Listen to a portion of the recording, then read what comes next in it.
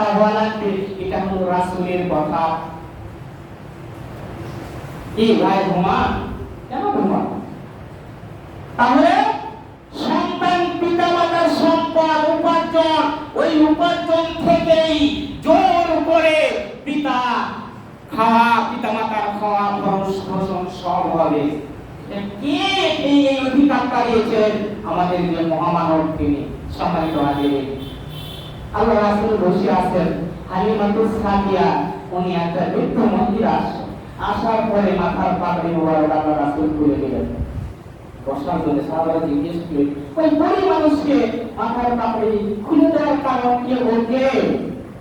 আল্লাহ রাসূল বললেন, ও আমার মাতা হালিমাতুস সাদিয়া, যে সম্মান আল্লাহ রাসূল দিয়েছে, ওই আদর্শ আমাদের ভিতরে নাই, সেই কারণে পিতামাতার সঙ্গে আমরা দুর্ব্যবহার করি।